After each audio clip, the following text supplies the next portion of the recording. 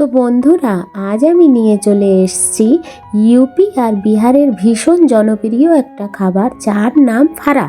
এটাকে ওরা সুজি দিয়ে করে না, এটাকে ওরা চালের গুঁড়ো দিয়ে করে। এটা আমি সুজি দিয়ে করেছি। তো চলো দেখে নেওয়া যাক কিভাবে ওরা করে। তো প্রথমে এখানে 2 বাটি মতো জল দিয়ে দিয়েছি, লবণ, চিলি ফ্লেক্স, ধনে পাতা, আর এখানে 1 বাটি মতো সুজি দিয়ে দিয়েছি।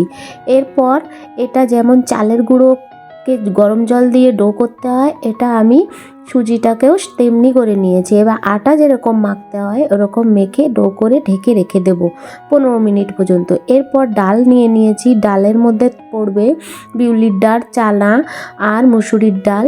এর মধ্যে আমি দিয়ে দিয়েছি লঙ্কা আর আদা, জিরে, রসুন, মেথি, হিং, এই পরিমাণ মতো লবণ, হলুদ আর কিছুটা গোলমরিচ।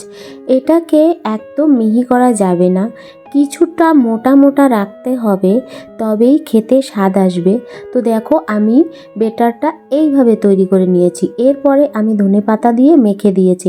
এইবার ওই আটাটাকে উঠিয়ে দেখে নিলাম যে ভালো তৈরি হয়ে গেছে কি না। এইবার আমি ওটাকে চেপে তেল লাগিয়ে ভালো করে বেলে নেব।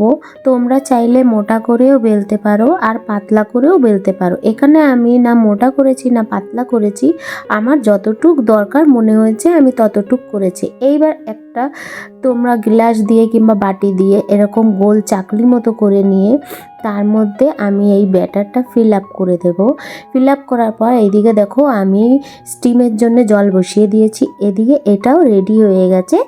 আর এইদিকে আমি জালি থালার মধ্যে তেল মাখিয়ে নিয়েছি। তোমরা যদি পারো তাহলে তোমরা স্টিম মোমোর যে স্টিমার হয় ওটাতেও তোমরা করতে পারো। আমার কাছে জালি থালা আছে, তাই জালি থালার মধ্যে আমি পরপর সাজিয়ে ফেলেছি। দেখো কতটা ভালো লাগছে। এদিকে আমার জল ফুটে গেছে, তার উপরে আমি এটাকে বসিয়ে দিয়েছি। দেখো ধোঁয়া উঠছে উপর দিয়ে। এবার এটাকে ঢেকে দেব 15 থেকে 20 মিনিট পর্যন্ত, ভালো করে চেপে ঢেকে দেব। তোমরা চাইলে উপর দিয়ে কিছু রেখে দিতে পারো যাতে টাইট হয়ে যাক। দেখো আমি 15-20 মিনিট পরে খুলে দেখেছি আমার একদম রেডি হয়ে গেছে, ভিতরটা সুন্দর সিদ্ধ হয়ে গেছে।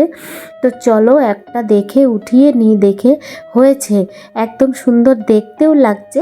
আর খেতে কেমন হবে সেটা আমি পরে বলবো। আর এখানে আমি কিছুটা আরও স্বাদ করার জন্য এখানে ফোড়নে আমি কিছুটা তেল, সর্ষে আর এদিকে কারি পাতা আর হিং দিয়ে ভালো করে আমি এটা ভেজে নিয়েছি। এরপরে ওই ভাড়াগুলো আমি ছেড়ে দিয়েছি। ছেড়ে দেওয়ার পরে দেখো তোমরা চাইলে এটা কড়া করেও ভাজতে পারো, আমি হালকা ভেজেছি। তো চলো দেখে নেওয়া যাক এটা কেমন স্বাদের হবে। তো এখানে আমি একটা ভেঙে দেখি কেমন হয়েছে। ভেঙে দেখি ভিতরটা সুন্দর সিদ্ধ হয়ে গেছে। তো বন্ধুরা তোমার এই ফারাটা কেমন লেগেছে? বন্ধুরা আমার এই ভিডিওটা ভালো লাগলে একটা লাইক, কমেন্ট আর একটা শেয়ার অবশ্যই করে দিও। কেমন লাগলো জানিও।